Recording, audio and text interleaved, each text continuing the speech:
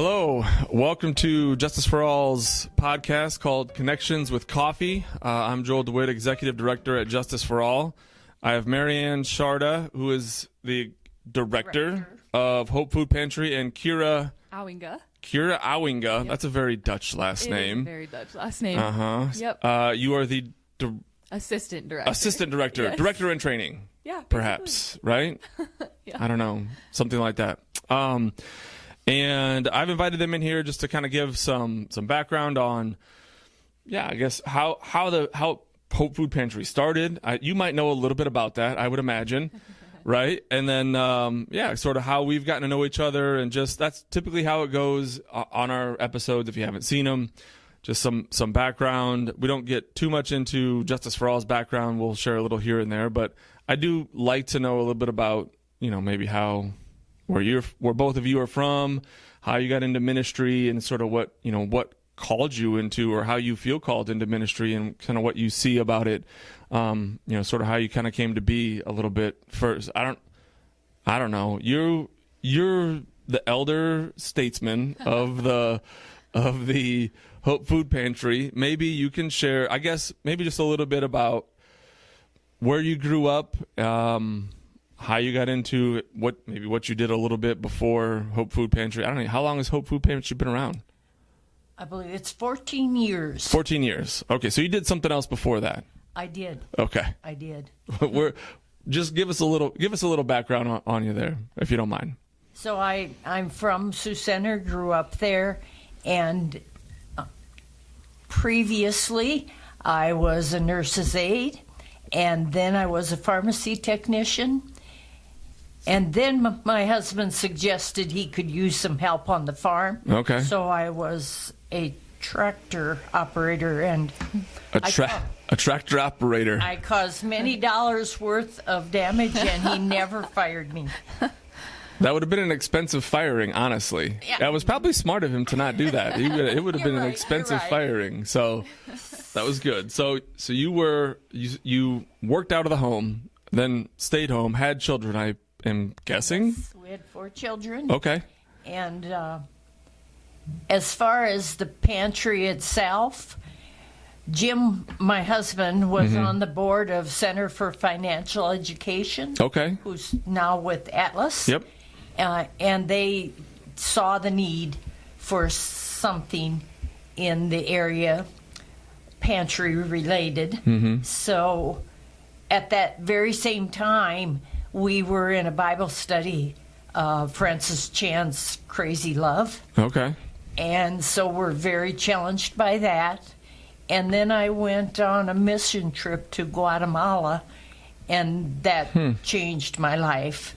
And I knew it couldn't be business as usual, but I also, being farmers, was pretty sure I wasn't called to Guatemala. So yeah, there's some ground that you're tending to that you're not taking the ground with you. Exactly. So this just came to be under the Lord's guidance. Yeah. And I always say we started out with 2 little shelves, and we maybe had 8 people the first time we were open. Okay. And if I had seen what it has turned into today, I probably would have said, choose my brother Aaron. I would have pulled a Moses. Yeah. So, but where he calls, he guides. So that's what we're doing. For sure. So, you had some kids, and you were, I guess, you went to Guatemala. Help me understand, what was it that you maybe that your husband saw through CFE that led you to want to start or recognize the need, or what was there an integral part of something in the area through some of the stories, or through some of the folks that he ran into, or that you ran into, or I guess, can you articulate that a little bit? Dan, I know you mentioned your husband was on the board at CFE and that sort of thing, but was there any story or anything in particular that you saw or that happened that was part of the impetus for wanting to start food pantry or wanting to start something in your mind? Yes, Jan Henryson, the director back then of CFE, this was kind of her brainchild, and she got the groundwork started through CFE. Okay. And then when I went to Guatemala, they were actively searching for someone to run it. And what happened to me there was we built houses, and at lunch we would get together on those old plastic chairs, and it was beans and rice or rice and beans. Sure, yeah, one or the other. And I may have maybe on the fourth day thought rice and beans again. And then while I was thinking such thoughts, there was a little boy, and he was playing with a deflated soccer ball. Okay. And he cute as a button, and just watching him. And lunch was over. We went back to the house, and this is some time ago. I actually had a real camera, no phone camera, and I had left it by the lunch area. So I scampered back to get that camera, and I came around the corner, and that little dude was picking up every grain of rice that we had dropped. Mm-hmm. And that pretty much wrecked me, and I can truthfully say my life hasn't been the same since then. Yeah. And that's what puts gas in my tank yet today. Yeah. A fellow Bible study member, Dennis and Bev Jansen, she's the volunteer coordinator, and she's been with it since the beginning also. So that trip and Crazy Love probably was along with CFE's acknowledgement that there was a need. Yeah. Was there something, I know currently there's, I don't know what year, you said this was 14 years ago, roughly, 15 years ago, so it's 2010-ish. So there was something, there were some Guatemalans who were in the area then. Was that something that spoke to you then, that was sort of what CFE and others had seen as far as what the population of folks they were serving was like? Is that part of the connection, or is it just something? No, I think it was general food insecurity. Food insecurity, sure. And it still isn't one people group. Sure. It definitely is whoever needs a helping hand. Yeah, we get a wide variety every week. So. Okay, all right. Kira, right? I got it right that time, I think. Yeah, no? Yeah, you got it right. All right, Yep. One shot. All right. Give me some background on you a little bit, on how you got to this area, maybe where you grew up. Obviously, you don't have as many years as Marianne, but that's not okay. Quite as many. Not yet. So. Yes, so I actually grew up in Sioux Center as well. Okay. So I went to Western, went to DeWit. Sure. I graduated from DeWit with youth ministry and then missions and ministry. So my heart was for people, was for serving, and to be really honest, I didn't think I was going to stay. Yeah. I had places, lined up in other countries. You're going to go somewhere. I was going to go somewhere, right? For That's sure. what everybody says. And then obviously that wasn't the Lord's plan. Yeah. And some doors shut. And so here I am in Sioux Center, like, okay, what do I do now? And I was like, well, if I stay, I want to do something important. And I was like, you know what? I would love to work for a nonprofit. I also get to work for my church a little part-time as a youth director. Okay. So I was like, what can I do that's more missions related, serving my community, getting involved? And I knew Marianne because I get to take my youth group to the food pantry for service projects. Yep. So thinking, okay, this is a good ministry. We've worked with them before. I love the heart behind it. And I just emailed her out of the blue one day and just said, hi, hope you're doing well. Wondering if you ever need help at the pantry, or if you'd ever be hiring or want, just a little help around. Yeah. And she replies back, I think your exact words were, Kira, we need to talk. And I instantly, I think we probably planned a coffee meeting that same day. And from there, we just kept meeting and talking logistics. And when I started to, I think it was in April of last year, I kind of did stuff with the pantry and then also Whispers of Love, Hope, and Joy. Okay. Kind of getting to work with both a little bit, Sure. having a good balance. And then, now moving just to the pantry and, getting to learn more from Marianne and get to serve there more. And Sure. Yeah. What church do you go to? Like, do you guys go to the same one? We don't. So You I go to Bridge of Hope. Okay. CRC in town. All right. Yeah. In Sioux Center. All right. Yes, and Center, yep. Well, we Not attend Bridge of Shop Hope. Church Shop Church. Okay. That's on the campus down there? on the campus. Okay. Yep. Pastor Deborah and Sink, mostly the women that are being served Okay. at the apartments there Yep. attend, and then others that have passed through that program, and there's maybe 4 or 5 couples that attend regularly. Okay. All right. So the youth program at Bridge of Hope, Shop Church. How many? Well, I don't know.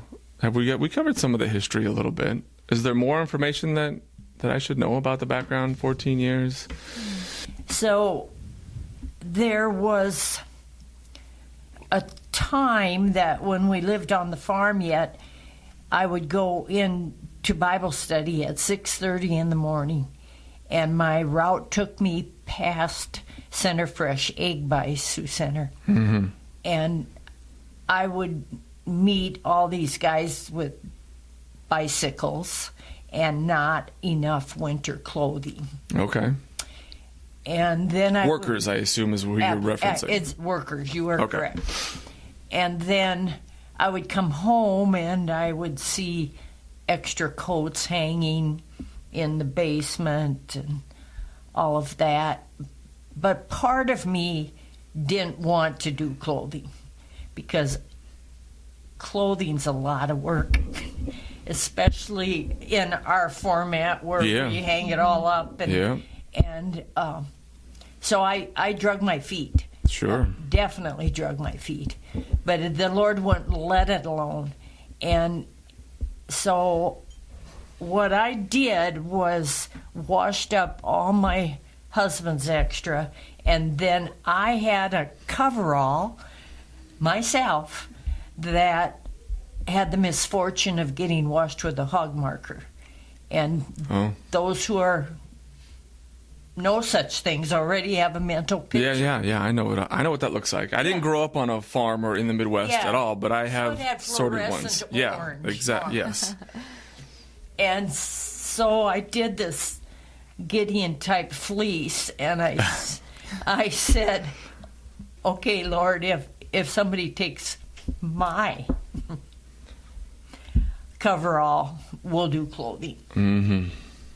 So this was back in the day when they signed in on a piece of paper, and this lady, she was just nervous, antsy. Well, I stepped away because often we have guests that can't read or write, and they would take a little slip of paper out to copy their name, and I thought she was embarrassed about that. So I stepped away to give her a chance to do that. However, that was not the case at all. She wanted to be sure that she got my coverall. Mm-hmm. And she ran to it and she said, "My husband, my son, my husband, my son." And then what you see today is many racks of clothing. It's extremely popular, and that all started with that coverall, hog marker covered coverall. Mm-hmm. Mm-hmm. So, before you talked a little bit about before the move and that sort of thing. So where was it? I guess where did it start? So in 2011 or whatever, there had to be some place, right, where it was like, hey, we want to do this, food pantry. We are seeing a need for, folks who are food insecure, or whether that's Center for Financial Education, or at some point, folks in ministry are coming across people who are looking for or need some things. So where did it go? So Jan arranged with Home House of Missions and Equipping, which is the backside of the original Walmart in Sioux Center. Okay. Yep.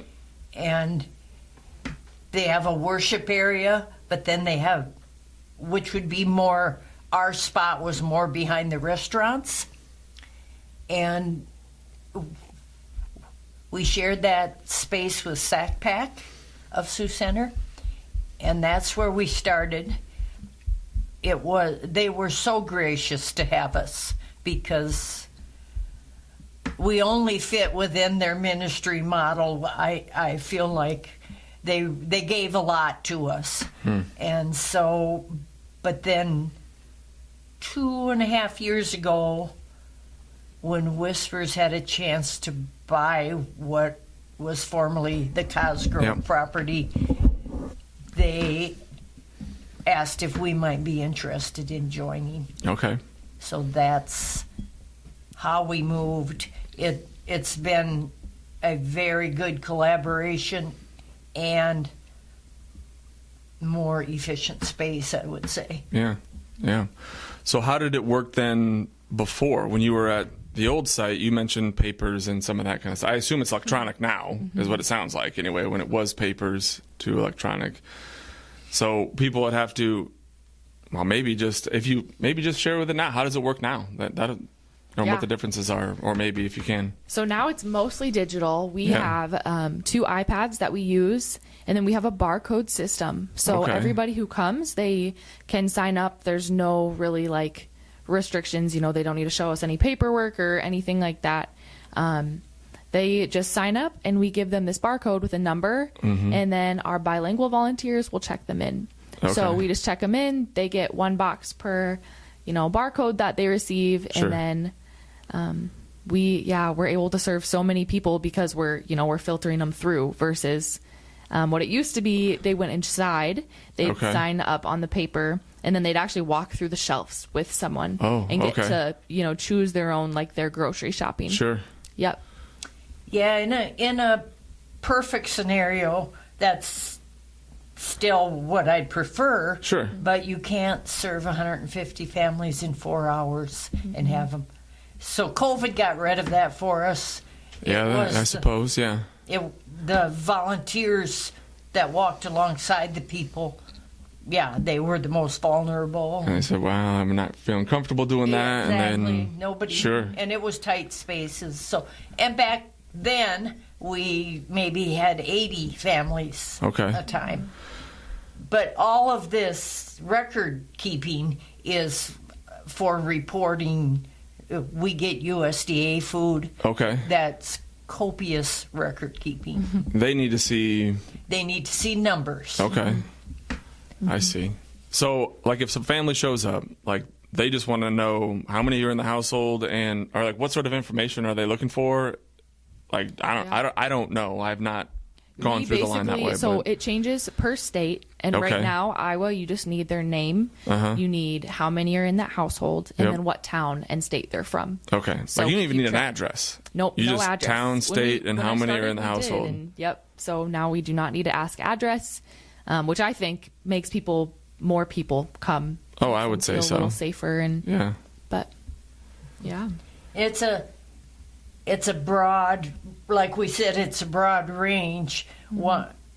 We just left June, so we had 6 months of 2026 data, and everybody's eligible to come every other week. Okay. So that would be they could come twice a month. 13 times so far this year. Oh, okay, yeah. So how many times a month are you open? Every week. You're open every week. Yep. 1 time a week. Every Wednesday. Every Wednesday. Yep. Okay.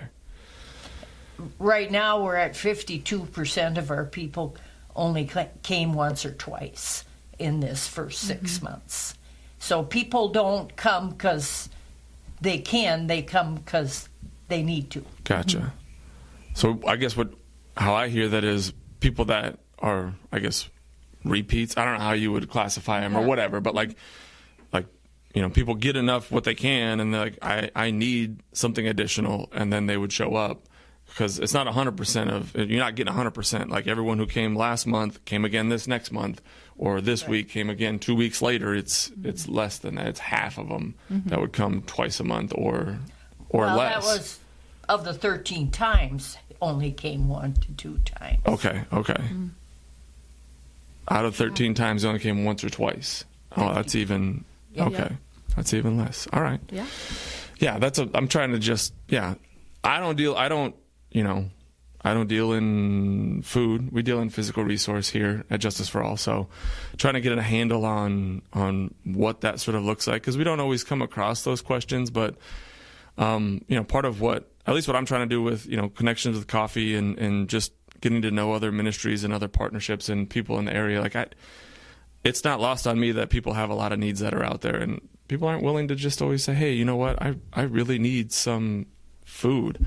I had someone say to me one time, well, there's probably not people who go hungry in Sioux County.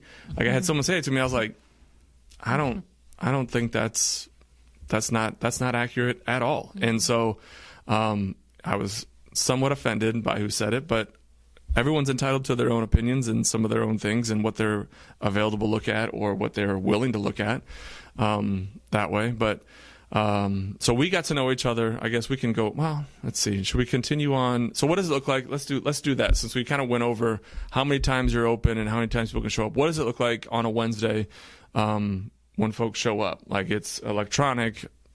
They get a box. I understand. What does that entail? Well, Wednesdays for us start at real early, 8 I bet. a.m. Yeah. We have a contract with Sioux City that allows us to pick up from Sioux Center's Walmart twice a week, and they do Feeding America, which is a lot of food. That reaches the sell-by date, and they stick in the freezer. Oh, like bread and things that would ordinarily not. Yeah. It didn't sell by that date, so then they freeze it, and then it can be right. Right. And in Sioux Center, Casey's does that, and Hy-Vee, and McDonald's. We pick up from. All right. And so that's part of Tuesday and Wednesday's process. We start at Walmart at 8 o'clock, but then there's some women there that pack ahead 150 bags of bread products, 150 bags of eggs and dairy.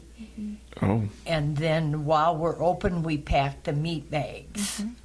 So that happens before in the morning. And then what happens when we open? So around 1:30, usually all our volunteers are there. We'll start and we'll pray in a big circle, but we have somebody filling the carts with boxes. Usually 1 to 2 people will be going through the aisles, and we have a list pre-made for them, so all they have to do is basically go through and fill that box. They'll hand it off to the next volunteer, who will add that bag of bread. They'll add the dairy and produce bag. They'll add the meat bag, and they'll put that together. And then they will push it out the door. Then we have volunteers outside who are the ones loading the cars.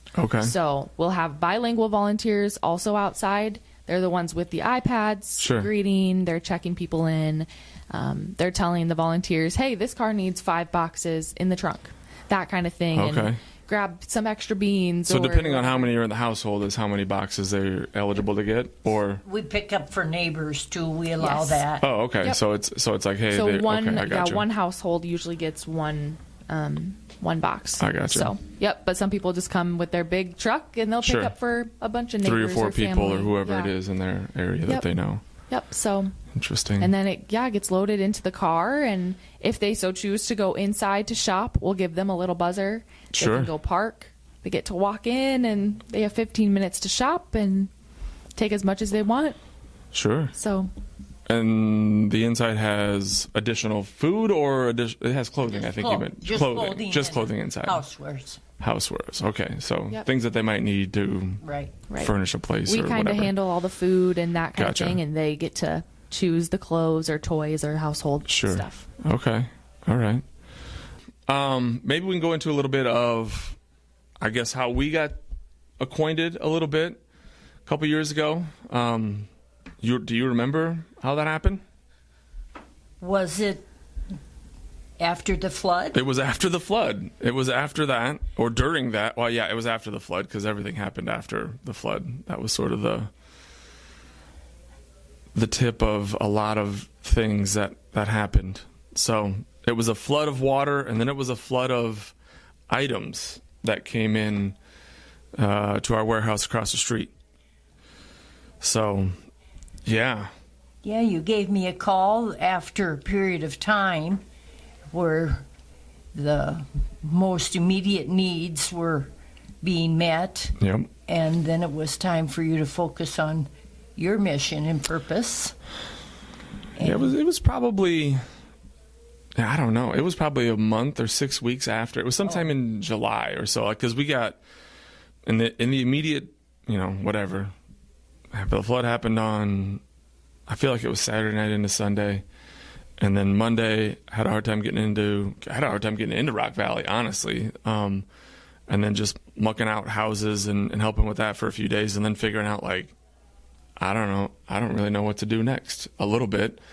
And I think during the rest of that week, it was just sort of like kind of help out. But then the week after that, it was people were going to Hull to get clothing and, cleaning supplies and, household items and those sort of things. And they were like, well, if people are going all the way over there, can we have some of those things here?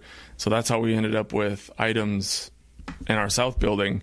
So it was clothing, diapers, shampoo, conditioner, like toilet paper, like pretty much any sort of a toiletry, cleaning supplies, along with shoes and other emergency things where people are like, well, I don't have any of these things anymore, or whatever happened. So then we sort of set up both in that warehouse and in that front office space of just come and pick out items of what you think you're going to need, from toothpaste to toothbrush. And like, the amount of things that showed up after that was pretty incredible. So then as we started to feel like, okay, it's been a month or 6 weeks, like everyone that has needed, a toothbrush and some deodorant and some whatever that might be, they've had a chance to be here multiple times and, have found a place to land, at least in the immediate sense. And we need to start filtering this out into a place that can, because we don't deal in that. Clothing, no problem. But cleaning supplies, toiletries, that's not an area that laundry detergent. I remember we had copious amounts of laundry detergent. Like, we don't deal with that. So that's, I think, how we got connected. I agree. And during that same time frame, a lot of people contacted us that, what can we do? I know that the Jansons made laundry. We have homemade laundry detergent. They made that laundry detergent and distributed it to other towns also affected by the flood. But a lot of my response was, for us, people are in crisis mode. It's going to be 3 months from now when it's time, do I buy groceries this week, or do I buy that microwave? Do I replace that microwave? Yeah. And it took a year for that to kind of filter through. We did grow exponentially during that time frame. I bet. Yeah. You saw some changes in people showing up, because you were were you still in the old part? No. You were in the new one. Yeah. Okay.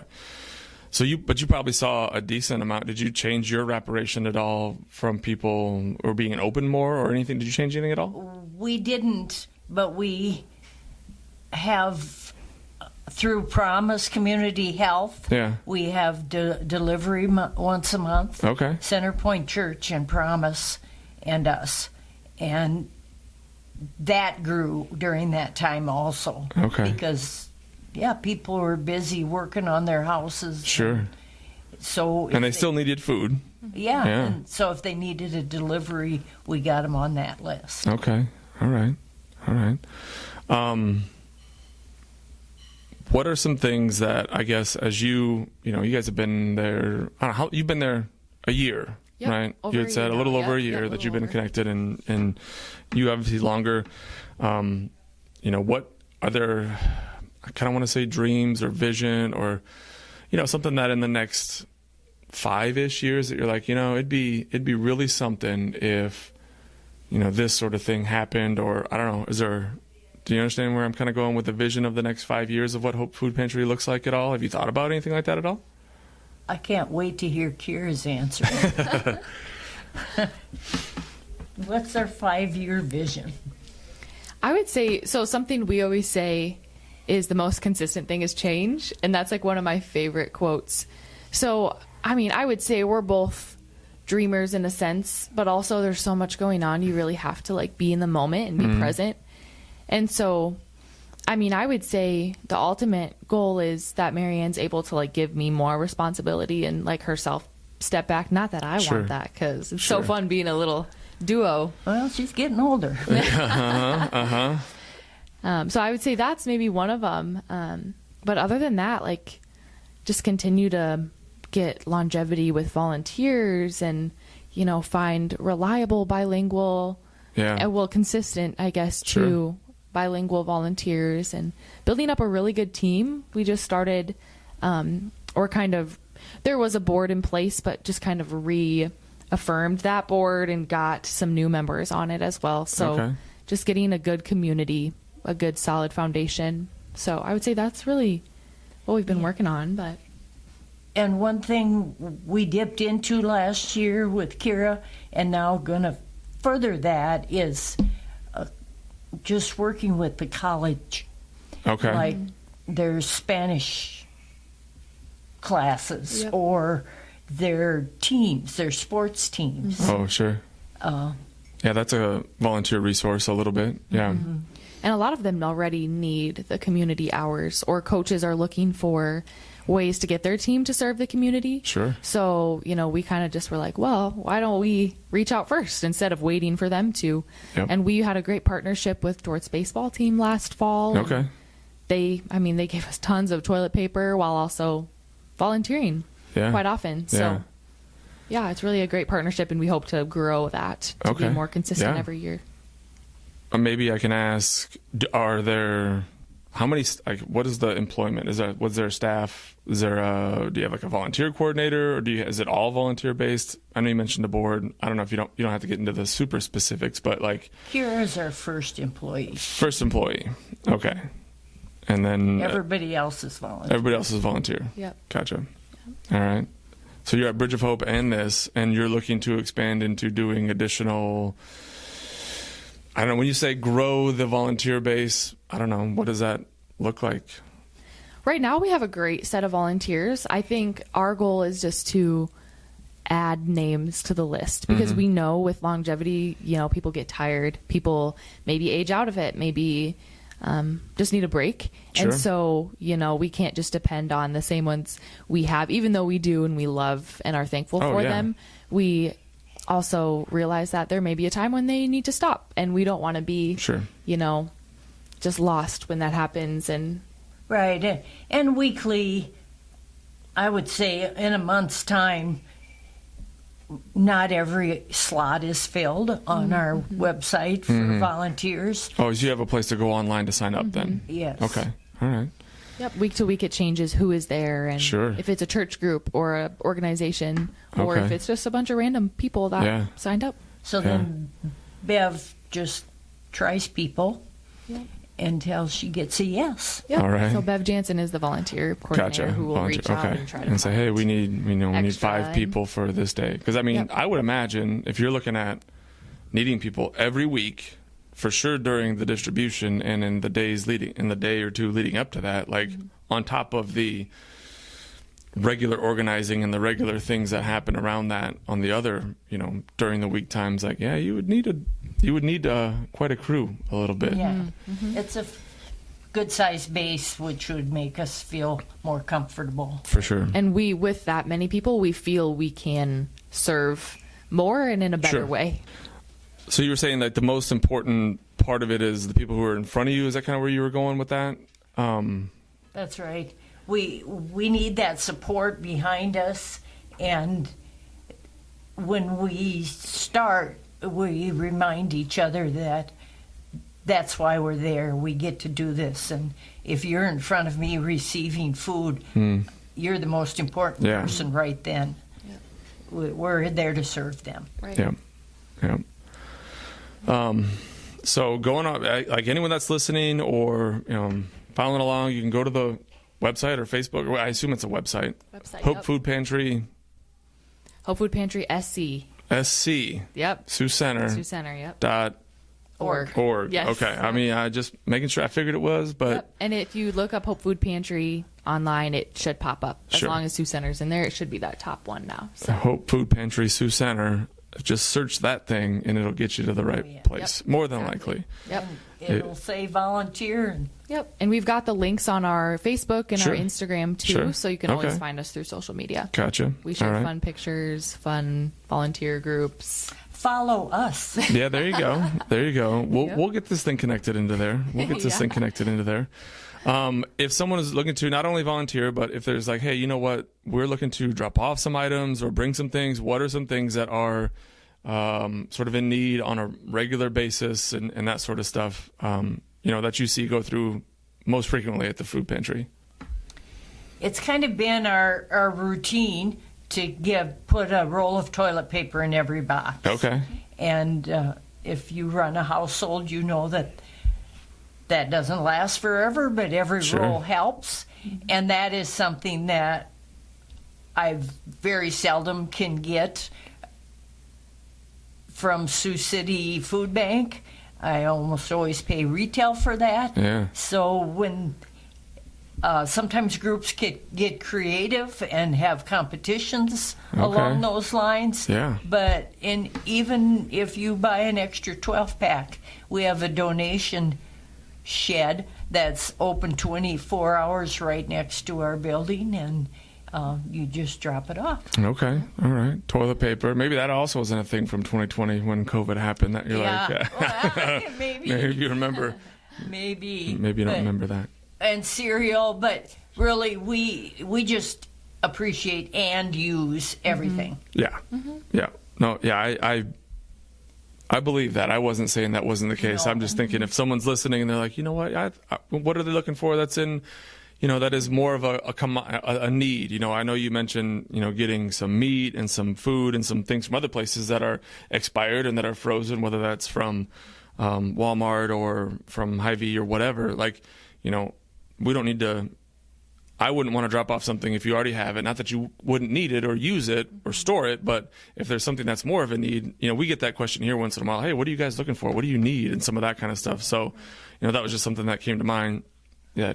Well, and you used the word expired. I guess I would take it a little further and say it's met its sell-by date. Sure, sell-by date. That's probably the proper terminology. Sounds much more edible. Yeah. Oh, it's 100% edible. They just don't want to be on the hook in case somebody gets sick and whatever might happen. It's sure. I get that. Hey, it doesn't have mold on it, right? Like that's. We only give.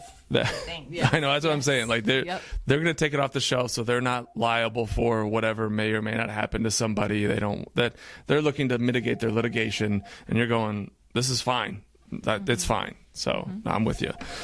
So. Yeah, I don't know. Is there anything else that needs to be added into? I mean, I think something else. Is there anything else that I'm forgetting or should ask about or that would be great to know? We're just thankful for this opportunity, and it's good for a chance to share our story. And to see how many organizations work together and partner, and it's always a cool thing to see. Yeah. Yeah, I think it's something that... having been on this side and been at JFA for 11 years or so, like there's a saturation of nonprofits and places in this county and in this area of people who are like, I'd like to do things that are good and that are noble and that are worthy, but it almost seems as though they're in competition. But in my opinion, like it's not a competition. Like God is the biggest thing in the whole entire ever, right? And if he's going to be able to provide for Justice for All and for Hope Food Pantry and for the number of churches that are out there, like God's going to be able to provide for everybody. So why are we trying to push my resource or push my ministry up above someone else's. Like, that is not the way that I view it, and I don't think that's the way you guys view it. So this is just, trying to let people know, hey, on other side of things, like, we're all here to help each other out and to raise people up and to let people know, hey, this is an area where you can give to a worthwhile cause and see Christ in other people who are coming through that need food at a certain time in their life.